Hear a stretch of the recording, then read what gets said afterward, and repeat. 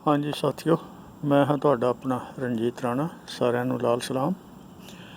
ਮੈਂ ਅੱਜ ਤੁਹਾਡੇ ਸਾਹਮਣੇ ਆਪਣੀ ਵਾਰਤਾ ਦੀ ਅਗਲੀ ਕੜੀ ਐਪੀਸੋਡ 31 ਲੈ ਕੇ ਹਾਜ਼ਰ ਹੋ ਰਿਹਾ।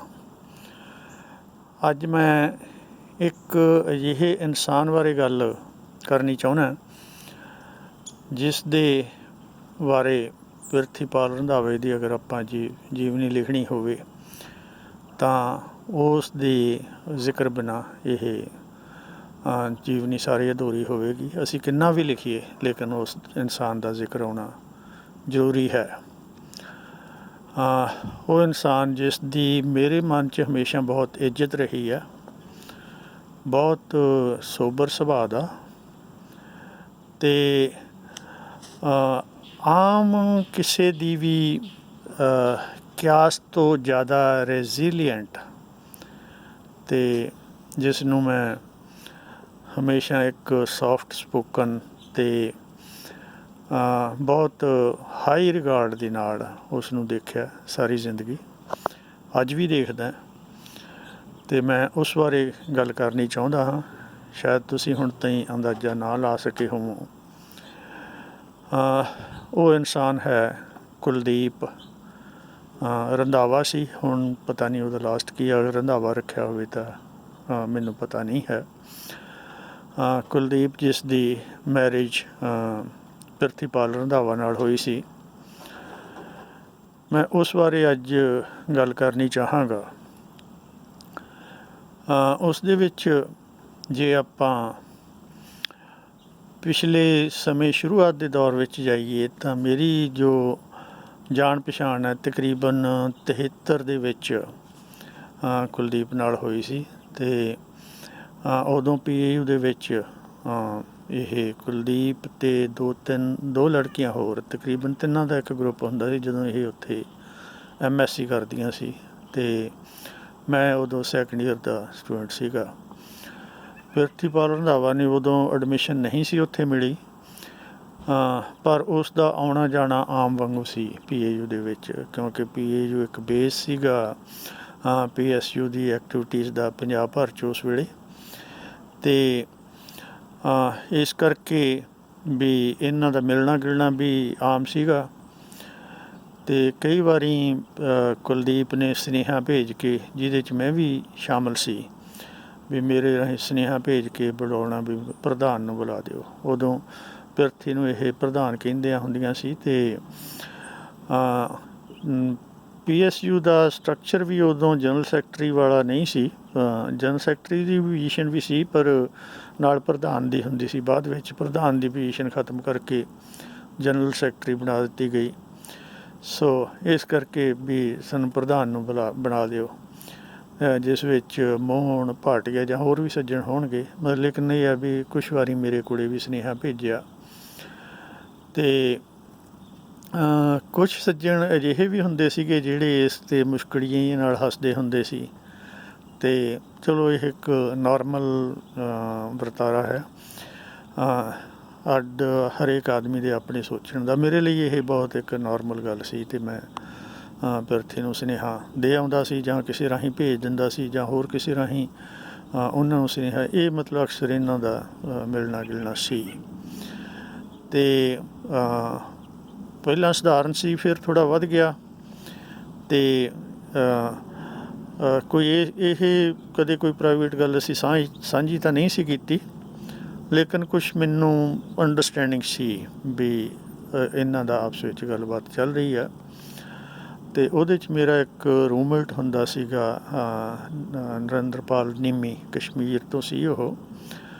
ਅਤੇ ਉਸ ਨੇ ਵੀ ਪੁਸ਼ਟੀ ਕੀਤੀ ਕਿ ਵੀ ਇਹਦੇ ਵਿੱਚ ਫੈਸਿਲੀਟੇਟ ਕਰਨ ਦੇ ਵਾਸਤੇ ਜਾਂ ਇਸ ਰਿਸ਼ਤੇ 'ਚ ਕਾਫੀ ਭੂਮਿਕਾ ਜੋ ਹੈ ਡਾਕਟਰ SS ਦੋਸਾਂਝ ਦੀ ਵੀ ਰਹੀ ਹੈ। ਅਤੇ ਇਹ ਸਾਰਾ ਕੁਛ ਬਹੁਤ ਵਧੀਆ ਮੈਨੂੰ ਲੱਗਿਆ। ਅਤੇ ਚੀਜ਼ਾਂ ਨੋਰਮਲ ਵਾਂਗੂ ਚੱਲਦੀਆਂ ਰਹੀਆਂ। ਇਹਨਾਂ ਦੀ MSc ਵੀ ਪੂਰੀ ਹੋ ਗਈ। ਅਤੇ ਉਸ ਤੋਂ ਮਗਰੋਂ ਐਮਰਜੈਂਸੀ ਦਾ ਦੌਰ ਆਇਆ, ਜਿਸ ਵਿੱਚ ਪ੍ਰਿਥੀਪਾਲ ਰੰਧਾਵਾ ਜੇਲ੍ਹ ਵਿੱਚ ਰਿਹਾ ਜ਼ਿਆਦਾ ਦੇਰ। ਅਤੇ ਜਦੋਂ ਜੇਲ੍ਹ ਤੋਂ ਵਾਪਸ ਆਇਆ 77 ਦੇ ਵਿੱਚ, ਜਿਸ ਬਾਰੇ ਆਪਾਂ ਗੱਲ ਕਰ ਚੁੱਕੇ ਹਾਂ ਪਿਛਲੇ ਐਪੀਸੋਡ 'ਚ ਵੀ, ਉਸਦੀ ਰਿਸੈਪਸ਼ਨ, ਉਸਦਾ ਆਉਣਾ, ਅਤੇ ਉਸ ਦੇ ਵਿੱਚ ਉਸਨੇ 77 'ਤੇ ਆਉਣ ਤੋਂ ਮਗਰੋਂ ਉਹਨਾਂ ਦੀ ਮੈਰਿਜ ਹੋਈ ਹੈ। ਐਮਰਜੈਂਸੀ ਖ਼ਤਮ ਹੋਣ ਤੋਂ ਮਗਰੋਂ ਜਦੋਂ ਪ੍ਰਿਤੀਪਾਲ ਰੰਧਾਵਾ ਜੇਲ੍ਹ 'ਚੋਂ ਵਾਪਸ ਆ ਗਿਆ, ਤਾਂ ਮੈਰਿਜ ਤੋਂ ਬਾਅਦ ਉਹਨਾਂ ਨੇ ਇੱਕ ਆਪਣੀ ਮੈਰਿਡ ਲਾਈਫ ਸ਼ੁਰੂ ਕਰ ਲਈ, ਅਤੇ ਜਿਸ ਵਿੱਚ ਪ੍ਰਿਤੀਪਾਲ ਰੰਧਾਵੇ ਨੂੰ MSc ਐਡਮਿਸ਼ਨ ਵੀ ਮਿਲ ਗਈ, ਅਤੇ ਕੁਲਦੀਪ ਉਦੋਂ ਮਾਸਟਰ ਤਾਰਾ ਸਿੰਘ ਕਾਲਜ ਦੇ ਵਿੱਚ, ਮੇਰਾ ਖਿਆਲ ਉੱਥੇ ਲੈਕਚਰਰ ਸੀ ਹੋਮ ਸਾਇੰਸ ਦੀ। ਆਪਣੀ ਐਜੂਕੇਸ਼ਨ ਪੂਰੀ ਕਰਕੇ ਉਹ ਉੱਥੇ ਲੱਗ ਚੁੱਕੀ ਸੀ, ਅਤੇ ਵਿਆਹ ਹੋਣ ਤੋਂ ਮਗਰੋਂ ਇਹਨਾਂ ਨੇ ਆਪਣੀ ਜੋ ਰਿਹਾਇਸ਼ ਆਪਦੇ ਸਹੁਰਿਆਂ ਦੇ ਘਰ ਦੇ ਕੋਲੇ ਜਵਾਹਰ ਨਗਰ ਕੈਂਪ ਦੇ ਵਿੱਚ ਉੱਥੇ ਕਰ ਲਈ, ਅਤੇ ਪ੍ਰਿਤੀਪਾਲ ਰੰਧਾਵਾ ਉੱਥੋਂ ਅਕਸਰ ਆਉਣਾ ਜਾਣਾ ਸੀਗਾ। ਸੋ ਇਸ ਤਰ੍ਹਾਂ ਇਹ ਸਿਲਸਿਲਾ ਨਾਰਮਲ ਵਾਂਗੂ ਚੱਲਦਾ ਰਿਹਾ, ਅਤੇ ਪ੍ਰਿਤੀਪਾਲ ਰੰਧਾਵਾ ਦੇ ਨਾਲ ਕੁਲਦੀਪ ਜਿਸ ਸਹਿਜ ਸੁਭਾਅ ਨਾਲ ਮੈਂ ਇਹਨਾਂ ਨੂੰ ਘਰ ਵਿੱਚ ਵਿਚਰਦੇ ਦੇਖਿਆ ਅਤੇ ਮਿਲਦੇ ਗਿਲਦੇ ਦੇਖਿਆ, ਜਿਸ ਤਰ੍ਹਾਂ ਵੈਲਕਮ ਐਟਲੀਸਟ ਵੀ ਮੈਂ ਆਪਣਾ ਐਕਸਪੀਰੀਅੰਸ ਕਹਿ ਸਕਦਾ ਵੀ ਕੁਲਦੀਪ ਨੂੰ ਮੈਂ ਬਹੁਤ ਹੀ ਸ਼ਾਂਤ ਸੁਭਾਅ ਅਤੇ ਬਹੁਤ ਹੀ ਸੌਫਟ ਸਪੋਕਨ ਇਸ ਰੂਪ 'ਚ ਦੇਖਿਆ। ਕਦੇ ਵੀ ਮੈਂ ਉਸ ਦੇ ਮੱਥੇ 'ਤੇ ਤਿਉੜੀ ਨਹੀਂ ਦਿੱਤੀ। ਮੈਂ ਦੇਖੀ ਇਹ 5-7 ਸਾਲਾਂ ਦੇ ਸਾਰੇ ਪੀਰੀਅਡ 'ਚ ਕਦੇ ਕਿਸੇ ਨੂੰ ਉੱਚੀ ਬੋਲਦਾ ਨਹੀਂ ਮੈਂ ਉਸ ਨੂੰ ਸੁਣਿਆ, ਅਤੇ ਸੋ ਮੇਰੇ ਮਨ ਵਿੱਚ ਹਮੇਸ਼ਾ ਹੀ ਕੁਲਦੀਪ ਦਾ ਬਹੁਤ ਹਾਈ ਰਿਗਾਰਡ ਰਿਹਾ। ਅਤੇ ਅਖੀਰ ਫਿਰ ਸਾਲ ਕੁ ਮਗਰੋਂ ਤਕਰੀਬਨ 78 ਦੇ ਅਪ੍ਰੈਲ-ਮਈ ਦੇ ਆਸ-ਪਾਸ ਮੇਰਾ ਖਿਆਲ ਇਹਨਾਂ ਦੀ ਬੇਟੀ ਦਾ ਜਨਮ ਹੋਇਆ, ਜਿਸ ਦਾ ਨਾਂ ਇਹਨਾਂ ਨੇ ਪਿੱਕੂ ਰੱਖਿਆ, ਪ੍ਰਿਥੀ ਅਤੇ ਕੁਲਦੀਪ ਦੇ ਪਹਿਲੇ ਅੱਖਰ ਲੈ ਕੇ। ਅਤੇ ਸਾਰਾ ਕੁਛ ਨਾਰਮਲ ਵਾਂਗੂ ਫਿਰ ਚੱਲਦਾ ਰਿਹਾ, ਅਤੇ ਇਸੇ ਤਰ੍ਹਾਂ ਹੀ ਉਹਨਾਂ ਦੀ ਮੈਰਿਡ ਲਾਈਫ ਦੇ ਨਾਲ ਨਾਲ ਪ੍ਰਿਤੀਪਾਲ ਰੰਧਾਵੇ ਦੀ ਐਜੂਕੇਸ਼ਨ ਵੀ ਅਤੇ PSU ਦੀਆਂ ਐਕਟੀਵਿਟੀਜ਼ ਵੀ। ਅਤੇ ਇਸ ਦੇ ਨਾਲ ਇੱਕ ਖਾਸ ਗੱਲ ਜਿਹੜੀ ਮੈਂ ਨੋਟ ਕਰਦਾ ਵੀ ਕਦੇ ਲੈਫਟ ਐਂਗਲ ਤੋਂ ਮੈਂ ਕੁਲਦੀਪ ਨੂੰ ਗੱਲ ਕਰਦੇ ਵੀ ਨਹੀਂ ਦੇਖਿਆ ਅਤੇ ਕੁਛ ਡਿਸਕਸ ਕਰਦੇ ਵੀ ਨਹੀਂ ਦੇਖਿਆ, ਐਟਲੀਸਟ ਮੇਰੇ ਨਾਲ ਮੈਂ ਕਦੇ ਨਹੀਂ ਦੇਖਿਆ। ਅਤੇ ਲੇਕਿਨ ਉਸ ਦੀ ਇੱਕ ਚੋਣ ਜਿਹੜਾ ਲੈਫਟ ਪਾਰਟੀਜ਼ ਦੇ ਲੀਡਰ ਦੇ ਤੌਰ 'ਤੇ, ਜੋ ਪੰਜਾਬ ਦਾ ਲੀਡਰ ਸੀ, ਉਸ ਨਾਲ ਇਹ ਆਪਣੇ ਆਪ 'ਚ ਇੱਕ ਵੱਡੀ ਸਟੇਟਮੈਂਟ ਹੈ। ਹੋਰ ਕੁਛ ਤਾਂ ਇਹਦੇ ਵਿੱਚ ਮੈਨੂੰ ਲੱਗਦਾ ਵੀ ਐਡ ਕਰਨ ਦੀ ਲੋੜ ਨਹੀਂ ਹੈ। ਅਤੇ ਬਾਕੀ ਇਹ ਹੈ ਵੀ ਇਸ ਦੇ ਨਾਲ ਪ੍ਰਿਤੀਪਾਲ ਰੰਧਾਵੇ ਨੇ ਉਸ ਦੀ ਚੋਣ ਕੀਤੀ, ਇਹ ਵੀ ਆਪਣੇ ਆਪ 'ਚ ਇੱਕ ਬਹੁਤ ਵੱਡੀ ਸਟੇਟਮੈਂਟ ਹੈ। ਹੋਰ ਕੁਛ ਐਡ ਕਰਨ ਦੀ ਲੋੜ ਨਹੀਂ ਹੈ। ਸੋ ਇਸ ਕਰਕੇ ਮੇਰੇ ਮਨ 'ਚ ਹਮੇਸ਼ਾ ਕੁਲਦੀਪ ਦਾ ਹਾਈ ਰਿਗਾਰਡ ਰਿਹਾ। ਅਤੇ ਸਮਾਂ ਚੱਲਦਿਆਂ ਚੱਲਦਿਆਂ 78 ਦੇ ਵਿੱਚ ਬੇਟੀ ਆ ਗਈ, ਉਸ ਤੋਂ ਮਗਰੋਂ 79 ਆ ਗਿਆ, ਨਾਰਮਲ ਵਾਂਗੂ ਜ਼ਿੰਦਗੀ ਚੱਲਦੀ ਰਹੀ। ਲੇਕਿਨ 18-19 ਜੁਲਾਈ ਦੀ ਦਰਮਿਆਨ ਵਾਲੀ ਰਾਤ ਵਿੱਚ ਸਭ ਕੁਛ ਬਦਲ ਗਿਆ, ਸਭ ਤੋਂ ਵੱਧ ਕੁਲਦੀਪ ਲਈ। ਅਤੇ ਉਹ ਇੱਕ ਇਹੋ ਜਿਹੇ ਦਿਨ ਸੀਗੇ ਜਿਹੜੇ ਅੱਜ ਵੀ 40 ਸਾਲ ਬਾਅਦ ਮੇਰੇ ਜ਼ਿਹਨ ਵਿੱਚ ਪੂਰੀ ਤਰ੍ਹਾਂ ਉਕਰੇ ਪਏ ਹੈ। ਕਿਸ ਤਰ੍ਹਾਂ ਉਹ ਦਿਨ ਵਾਪਰਿਆ ਆਪਾਂ ਪਹਿਲਾਂ ਜ਼ਿਕਰ ਕਰ ਚੁੱਕੇ ਹਾਂ, ਕਿਸ ਤਰ੍ਹਾਂ ਦਸੂਹੇ ਗਏ ਰਾਤ ਨੂੰ, ਅਤੇ ਕਿਸ ਤਰ੍ਹਾਂ ਪਿੱਕੂ ਆਪਦੇ ਪਾਪਾ ਨੂੰ ਬੁਲਾਉਂਦੀ ਸੀ। ਅਤੇ ਇਹ ਆਪਾਂ ਗੱਲਾਂ ਡਿਟੇਲ 'ਚ ਕਰ ਚੁੱਕੇ ਹਾਂ, ਪਰ ਜੋ ਗੱਲ ਇੱਥੇ ਮੈਂ ਖਾਸ ਤੌਰ 'ਤੇ ਕਰਨੀ ਚਾਹੁੰਦਾ ਵੀ ਜਿਹੜਾ ਉਹ ਸੀਨ ਮੇਰੇ ਸਾਹਮਣੇ ਆ ਵੀ ਜਦੋਂ ਪ੍ਰਿਤੀਪਾਲ ਦੀ ਚਿਖਾ ਚਿਣੀ ਜਾ ਰਹੀ ਸੀ ਉਸ ਦੇ ਅੰਤਮ ਰਸਮਾਂ ਦੇ ਲਈ, ਅਤੇ ਉਸ ਵੇਲੇ ਜਿਹੜੇ ਉੱਥੇ ਬੋਲਣਾ,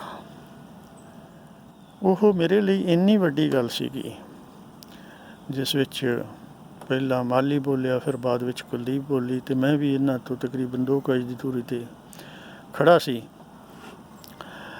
ਅੱਜ ਤੱਕ ਮੈਂ ਕਿਸੇ ਵੀ ਔਰਤ ਨੂੰ ਜਾਂ ਕਿਸੇ ਵੀ ਮਹਾਨ ਔਰਤ ਨੂੰ ਵੀ ਕਹਿ ਲਵਾਂ ਤਾਂ ਉਹਦੇ ਵਿੱਚ ਅਤਕਥਨੀ ਨਹੀਂ ਹੋਏਗੀ ਵੀ ਆਪਦੇ ਪਤੀ ਜਾਂ ਆਪਦੇ ਜੀਵਨ ਸਾਥੀ ਦੀ ਚਿਖਾ ਦੇ ਉੱਪਰ ਬੋਲਦਿਆਂ ਸੁਣਿਆ ਹੋਵੇ ਅਤੇ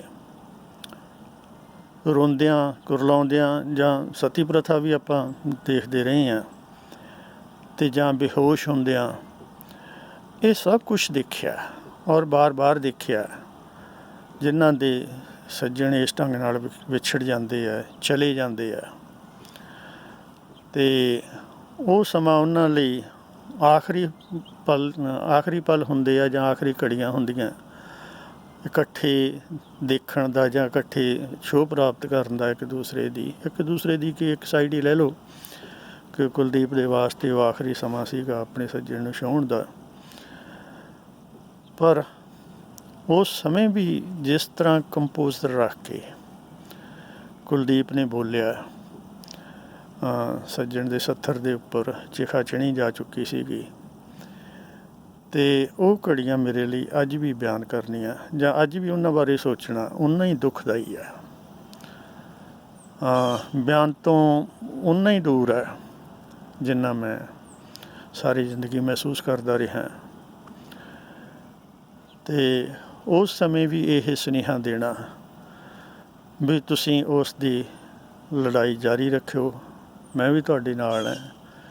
ਪ੍ਰਿਥੀਪਾਲ ਗਿਆ, ਲੇਕਿਨ ਉਸ ਦਾ ਸੁਨੇਹਾ ਨਹੀਂ ਗਿਆ, ਉਸ ਦੀ ਜ਼ਿੰਦਗੀ ਦੀ ਘਾਲਣਾ ਨਹੀਂ ਗਈ, ਅਤੇ ਉਸ ਦਾ ਕਿਰਦਾਰ ਸਾਡੇ ਸਾਰਿਆਂ ਦੇ ਨਾਲ ਹੈ, ਅਤੇ ਅਸੀਂ ਉਸ ਨੂੰ ਅੱਗੇ ਲੈ ਕੇ ਮਿਸਾਲਾਂ ਬਾਲ ਕੇ ਰੱਖਣਾ, ਅਤੇ ਅੱਗੇ ਸਦਾ ਇਹ ਚੱਲਦੇ ਰਹਿਣਾ, ਇਹ ਕਾਫਲਾ ਚੱਲਦਾ ਰਹਿਣਾ ਚਾਹੀਦਾ।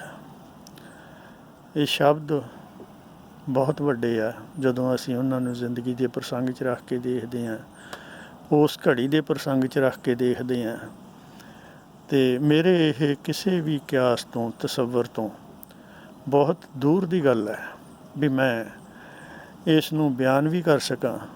ਜਿਸ ਢੰਗ ਨਾਲ ਮੈਂ ਜਿੰਨਾ ਕੁ ਬਿਆਨ ਕਰ ਸਕਦਾ, ਮੈਂ ਕੋਸ਼ਿਸ਼ ਕਰਕੇ ਇਸ ਨੂੰ ਕਰ ਰਿਹਾ, ਲੇਕਿਨ ਮੈਂ ਇਹ ਮਹਿਸੂਸ ਕਰਦਾ ਵੀ ਉਸ ਦੀ ਗਹਿਰਾਈ ਅਤੇ ਉਸ ਦਾ ਜਿੰਨਾ ਘੜੀ ਦਾ ਵਜ਼ਨ ਸੀਗਾ ਉਸ ਵੇਲੇ ਦੁੱਖ ਦਾ, ਵੀ ਉਸ ਨੂੰ ਪੂਰੀ ਤਰ੍ਹਾਂ ਮੈਂ ਬਿਆਨ ਵੀ ਕਰ ਰਿਹਾ ਜਾਂ ਤੁਹਾਡੇ ਤਾਈਂ ਪਹੁੰਚਾ ਰਿਹਾ, ਉਸ ਨੂੰ ਮੈਂ ਨਹੀਂ ਸਮਝ ਸਕਦਾ ਵੀ ਮੈਂ ਇਸ ਨਾਲ ਕੋਈ ਕੀ ਕਹਿ ਲਓ ਵੀ ਨਿਆਂ ਕਰ ਰਿਹਾ ਜਾਂ ਇਨਸਾਫ ਕਰ ਰਿਹਾ, ਵੀ ਉਸ ਦੁੱਖ ਨੂੰ ਮੈਂ ਤੁਹਾਡੇ ਤਾਈਂ ਪਹੁੰਚਾ ਸਕਾਂ, ਜਾਂ ਉਸ ਘੜੀ ਨੂੰ ਤੁਹਾਡੇ ਤਾਈਂ ਉਸ ਰੂਪ 'ਚ ਪਹੁੰਚਾ ਸਕਾਂ। ਕਿਸੇ ਤਰ੍ਹਾਂ ਵੀ ਮੈਂ ਕਰਾਂ, ਉਹ ਇਮੋਸ਼ਨਸ ਤੋਂ ਸੱਖਣੀ ਹੋਏਗੀ ਜਾਂ ਬਹੁਤ ਘੱਟ ਇਮੋਸ਼ਨਸ ਦੇ ਲੈਵਲ 'ਤੇ ਹੋਏਗੀ। ਸੋ ਇਹ ਉਹ ਘੜੀ ਸੀ ਜਿਹੜੀ ਸਦਾ ਲਈ ਮੇਰੀ ਜ਼ਿੰਦਗੀ 'ਚ ਉਕਰੀ ਰਹੀ ਹੈ, ਅਤੇ ਉਹ ਸਮਾਂ ਵੀ ਲੰਘਿਆ, ਕੁਲਦੀਪ ਦਾ ਸਦਾ ਲਈ ਸਾਥੀ ਉਸ ਤੋਂ ਦੂਰ ਹੋ ਗਿਆ, ਜਿਸ ਦਾ ਨਾਮ ਤਾਂ ਉਹਦੇ ਨਾਲ ਰਹਿਣਾ ਸੀਗਾ, ਪਰ ਵੀ ਉਸ ਦੀ ਛੋਹ, ਉਸ ਦੀ ਹਾਜ਼ਰੀ, ਉਸ ਦਾ ਹੋਰ ਕੁਝ ਉਹਦੇ ਕੋਲ ਕਦੇ ਵੀ ਦੁਬਾਰਾ ਨਹੀਂ ਸੀ ਮਿਲਣਾ। ਖੈਰ, ਜ਼ਿੰਦਗੀ ਨੇ ਅੱਗੇ ਚੱਲਣਾ, ਦੁੱਖ ਦੀਆਂ ਘੜੀਆਂ ਵੀ ਅੱਗੇ ਚੱਲਦੀਆਂ, ਸਮਾਂ ਬੀਤਦਾ, ਹੌਲੀ ਹੌਲੀ ਚੀਜ਼ਾਂ ਆਪਣਾ ਅਸਰ ਛੱਡ ਕੇ ਅਤੇ ਇੱਕ ਹਿਸਟਰੀ ਵੱਲ ਨੂੰ ਤੁਰ ਜਾਂਦੀਆਂ। ਕੁਲਦੀਪ ਨੇ ਵੀ ਆਪਣੀ ਜ਼ਿੰਦਗੀ ਅਗਲੇ ਸਫ਼ਰ ਦੇ ਲਈ ਤਿਆਰ ਕਰਨੀ ਸੀ, ਅਤੇ ਹੌਲੀ ਹੌਲੀ ਉਸਨੇ ਵੀ ਤਿਆਰ ਕਰਨੀ ਸ਼ੁਰੂ ਕੀਤੀ, ਅਤੇ ਅਗਲੇ ਆਉਣ ਵਾਲੇ ਸਫ਼ਰ ਦੇ ਲਈ ਉਸ ਨੇ ਆਪਣਾ ਇੱਕ ਹੋਰ ਸਾਥੀ ਚੁਣਿਆ, ਅਤੇ ਜੋ ਕਿ ਇੱਕ ਪੁਰਾਣਾ ਕਾਮਰੇਡ ਸੀ, ਅਤੇ ਉਸ ਦੇ ਵਿੱਚ ਵੀ ਬਥੇਰੇ, ਜਿਵੇਂ ਨੋਰਮਲ ਆਪਣੇ ਸਮਾਜ 'ਚ ਹੁੰਦਾ, ਕਾਫੀ ਨਜ਼ਦੀਕੀ ਵੀ ਅਤੇ ਕਾਫੀ ਦੂਰ ਦੇ ਵੀ, ਜਿਨ੍ਹਾਂ ਨੇ ਇਸ ਚੋਣ ਵਿੱਚ ਕਾਫੀ ਕਿੰਤੂ ਪ੍ਰੰਤੂ ਕੀਤੇ। ਉਹਨਾਂ ਦੀ ਆਪਣੀ ਸੋਚ ਹੈ, ਲੇਕਿਨ ਜੋ ਮੇਰਾ ਆਪਣਾ ਇਸ ਦੇ ਉੱਪਰ ਟੇਕ ਹੈ, ਮੇਰੀ ਆਪਣੀ ਇਸ ਦੇ ਵਿੱਚ ਸੋਚ ਹੈ ਕਿ ਕੁਲਦੀਪ ਨੂੰ ਆਪਣੀ ਜ਼ਿੰਦਗੀ ਦੇ ਉੱਪਰ ਆਪਣੇ ਫੈਸਲੇ ਲੈਣ ਦੇ ਪੂਰਾ ਅਧਿਕਾਰ ਹੈ। ਜਿੱਥੇ ਵੀ ਉਹ ਬਾਕੀ ਦਾ ਸਫ਼ਰ, ਅਤੇ ਜਿਸ ਢੰਗ ਨਾਲ ਵੀ ਉਹ ਬਾਕੀ ਦਾ ਸਫ਼ਰ ਤੈਅ ਕਰਨਾ ਚਾਹੁੰਦੀ ਆਪਣੀ ਜ਼ਿੰਦਗੀ ਦਾ, ਉਹਦਾ ਕੋਲੇ ਪੂਰਾ ਅਧਿਕਾਰ ਹੈ, ਉਸ ਨੂੰ ਪੂਰਾ ਫੈਸਲਾ ਲੈਣ ਦਾ ਹੱਕ ਹੈ। ਜਿਸ ਮਰਜ਼ੀ ਸੱਜਣ ਨਾਲ ਫੈਸਲਾ ਲੈਣ ਦਾ ਹੱਕ ਹੈ। ਉਹਦੇ 'ਤੇ ਸਾਡੇ ਕਿਸੇ ਦਾ ਵੀ ਅਧਿਕਾਰ ਨਹੀਂ, ਅਤੇ ਮੈਂ ਸਮਝਦਾ ਵੀ ਕਿਸੇ ਦਾ ਵੀ ਇਸ 'ਤੇ ਕਿੰਤੂ ਪਰੰਤੂ ਕਰਨ ਦਾ ਅਧਿਕਾਰ ਨਹੀਂ ਹੈ। ਅਤੇ ਕਈ ਬੜੇ ਅਨਾੜੀ ਕਿਸਮ ਦੇ ਲੋਕ ਵੀ ਮੈਨੂੰ ਉਸ ਸਮੇਂ ਮਿਲੇ ਜਾਂ ਮੈਂ ਦੇਖੇ, ਜਿਨ੍ਹਾਂ ਨੇ ਵੀ ਅਸੀਂ ਤੇਰਾ ਭਾਰ ਚੱਕਣ ਨੂੰ ਤਿਆਰ ਹਾਂ, ਅਸੀਂ ਤੇਰਾ ਸਾਥ ਦੇਣ ਨੂੰ ਤਿਆਰ ਹਾਂ, ਤੂੰ ਨਾ ਕਰ।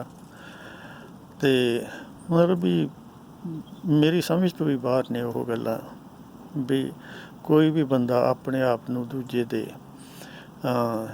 ਥਾਂ 'ਤੇ ਰੱਖ ਕੇ ਦੇਖ ਨਹੀਂ ਸਕਦਾ। ਉਹੀ ਜਿਸ ਨਾਲ ਬੀਤਦੀ ਹੈ ਉਹੀ ਦੇਖ ਸਕਦਾ। ਸੋ ਮੈਂ ਸਮਝਦਾ ਵੀ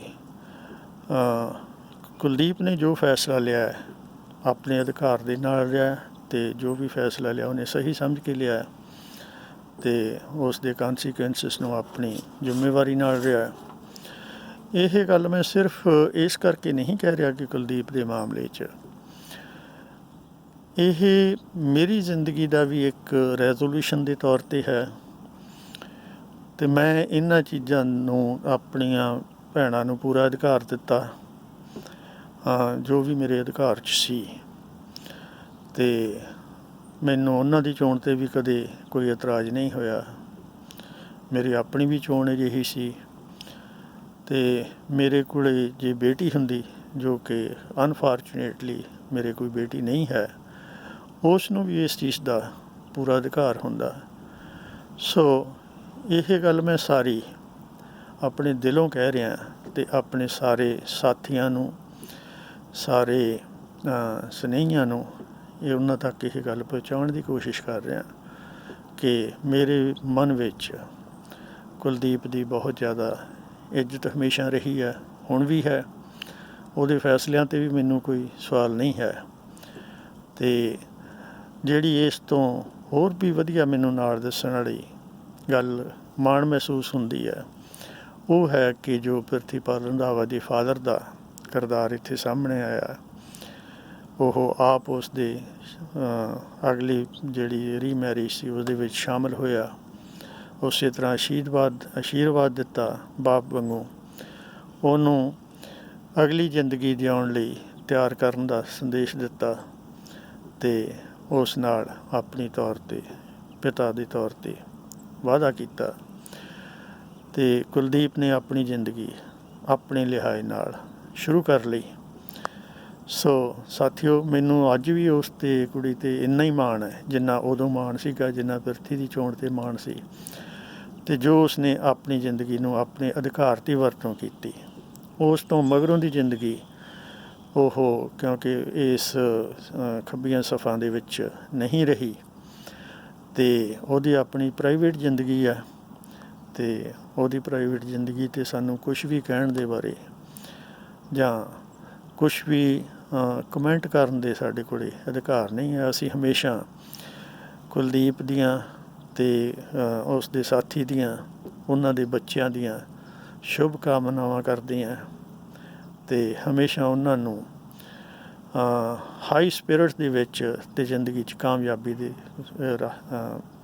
ਰਸਤੇ ਚੱਲਦਿਆਂ ਕਿਸੇ ਵੀ ਪੜਾਅ 'ਤੇ ਪਹੁੰਚਿਆ ਦੇਖਣਾ ਚਾਹੁੰਦੇ ਹਾਂ। ਸੋ ਸਾਥੀਓ, ਅੱਜ ਦੇ ਇਸ ਬਿਰਤਾਂਤ ਨਾਲ ਜਾਂ ਇਸ ਵਿਚਾਰ ਨਾਲ ਮੈਂ ਅੱਜ ਦਾ ਜੋ ਐਪੀਸੋਡ ਹੈ ਉਹ ਖ਼ਤਮ ਕਰਦਾ, ਅਤੇ ਤੁਹਾਡੇ ਸਾਰਿਆਂ ਤੋਂ ਇਸ ਤੋਂ ਜਾਣ ਦੀ ਇਜਾਜ਼ਤ ਲੈਂਦਾ। ਅਤੇ ਆਪਾਂ ਅਗਲੇ ਜਦੋਂ ਵੀ ਮੇਰੇ ਕੋਲ ਅਗਲਾ ਮਟੀਰੀਅਲ ਤਿਆਰ ਹੁੰਦਾ ਤਾਂ ਮੈਂ ਉਸ ਨੂੰ ਫਿਰ ਲੋਡ ਕਰਾਂਗਾ ਉਸ ਤੋਂ ਐਪੀਸੋਡ 32 ਦੇ ਵਿੱਚ। ਅਤੇ ਕੀ ਹੋਵੇਗਾ ਮੈਂ ਇਸ ਵੇਲੇ ਨਹੀਂ ਕਹਿ ਸਕਦਾ, ਕਿਉਂਕਿ ਮੇਰੀ ਕੋਸ਼ਿਸ਼ ਹੈ ਕਿ ਜੋ ਪ੍ਰਿਥੀ ਦਾ ਐਮਰਜੈਂਸੀ ਵੇਲੇ ਦਾ ਜੇਲ੍ਹ ਜੀਵਨ ਹੈ ਉਸ ਨੂੰ ਇਕੱਠਾ ਕਰਕੇ ਅਤੇ ਤਰਤੀਬ 'ਚ ਕਰਕੇ ਉਹ ਸਾਰੇ ਐਪੀਸੋਡ ਦਿੱਤੇ ਜਾਣ, ਲੇਕਿਨ ਕੁਛ ਗੱਲਾਂ ਮੇਰੇ ਵੱਸ ਤੋਂ ਬਾਹਰ ਹੋ ਗਈਆਂ। ਅਤੇ ਸੋ ਐਨੀਵੇ ਸਾਥੀਓ, ਫਿਰ ਮਿਲਾਂਗੇ ਆਪਾਂ ਅਗਲੇ ਐਪੀਸੋਡ ਦੇ ਵਿੱਚ। ਤੁਹਾਡਾ ਆਪਣਾ ਸਾਥੀ ਰਣਜੀਤ ਰਾਣਾ।